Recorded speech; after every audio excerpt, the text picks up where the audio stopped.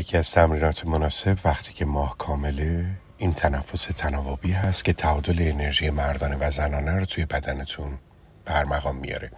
حفره سمت راست بینی رو میپوشونید، از حفره سمت چپ دم میگیرید، بعد با انگشت حفره سمت چپ رو میپوشونید، از حفره سمت راست بازدم. این کار تکرار میشه. از حفره سمت چپ دم میگیرید، اون رو میپوشونید، از حفره سمت راست بازدم، دوباره از حفره سمت چپ دم میگیرید، میپوشونیدش و از حفره سمت راست بازدم. هر بار حفره‌ای که استفاده نمیشه با انگشت پوشونده میشه.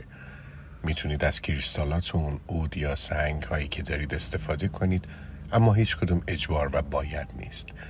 در واقع مسیر تنفس همیشه دم از سمت چپ هست، حفره چپ، و بازدم از حفره راست. دم، بازدم. و حفره‌ای که استفاده نمیشه با انگشت باید پوشونده شده باشه.